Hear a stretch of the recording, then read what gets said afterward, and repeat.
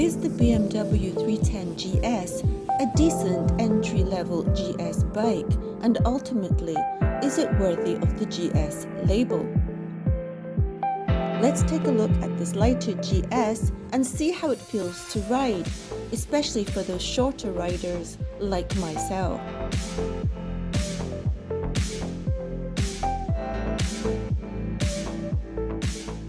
Okay, the bike is 313cc, single-cylinder engine, double overhead cam, liquid-cooled, 4 valves, and it puts out approximately 34 horsepower and about 21 foot-pounds of torque.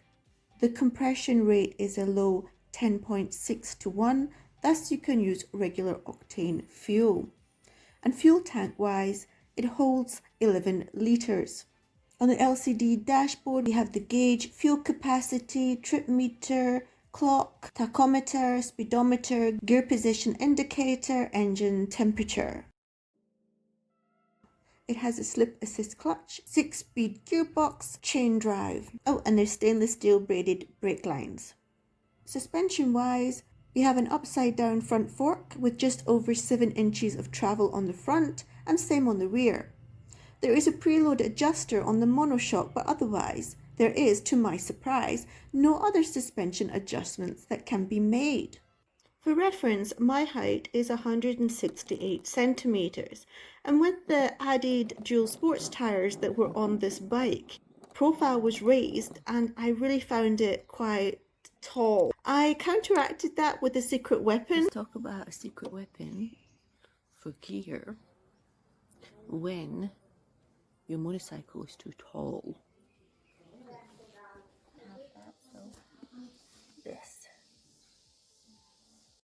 However, even with the inserts, I was still on my tiptoes with this bike. It was fine once it got going, but it made me a little hesitant on sketchy areas, or for example, starting and stopping the bike at lights and that kind of thing. Felt a little bit silly. However, I could put one foot down, so that was great, and that was with the inserts. Something that I noticed when starting the bike is that there is a fair amount of delay before the bike is rideable. I guess this is a GS run-through of some sort, checking that all is in order. Once the bike starts up, the engine sound has a nice deep purr. What I noticed was that there's a half tap to get to neutral, and that took a while to get the hang of, mostly because I initially didn't realize that is what I needed to be doing.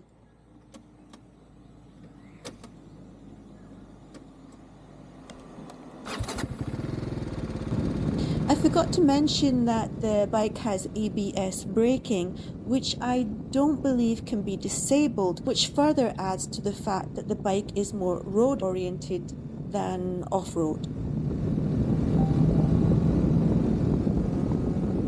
Okay, so as for riding the 310 GS, well, the bike is certainly smooth and responsive. In fact, it is so smooth that you can easily forget what speed you are riding at. There were several times that I wondered why traffic was going so slow, only to realize that I had picked up speed without even noticing. It's very comfortable, nimble, and responsive. It even felt comfortable riding in traffic. Aside from the height issue, making it a surprisingly easy urban commuter bike.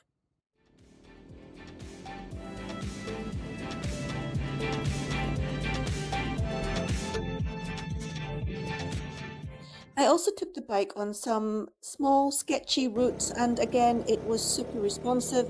However, the weight of the bike plus its height meant that I was not comfortable taking it on dirt, especially as I ride solo and also as the bike does not belong to me. Talking of which, thank you to Big Bike Tours Thailand for lending me this bike. I've been really grateful to have had the opportunity to test it out. So, one of my final thoughts about this bike, well, it's really hard to say because it's horses for courses, right? I mean, if you were in a bigger country, 310 GS would be a small bike. However, in Thailand, where I'm based, if you were touring on this bike, it would be very comfortable. Me personally, I really like lightweight flickable bikes, and for me, I just want something that is a tool and it serves its purpose. And although it's a head turner, I just don't think it's that practical for me. Yeah, I've ridden a few different bikes actually now over the years. Ducati Desert Sled, Triumph bikes, Royal Enfields, Honda, Suzuki, Yamaha, Kawasaki. I've tons of different types of bikes, and I really just kind of love your single cylinder thumpers. That's what I am, I think.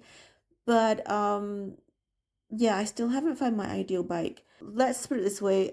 Northern Thailand with the tight, twisty, technical roads, it doesn't really matter what bike you're on, to be honest. You could be on a Honda Wave, and in terms of just plowing through those little tiny roads, you don't need a big bike. That's my review of the BMW 310 GS, and hope it helped. If you would like more information about what to see and do in northern Thailand, check out my website at motorgirlthailand.com, which contains a whole host of great things to see and do, including GPS digital map guides. I hope you enjoyed this video, and if you did, don't forget to like and subscribe and hit that notification button. It really helps me grow my channel. Thanks so much, and see you next time.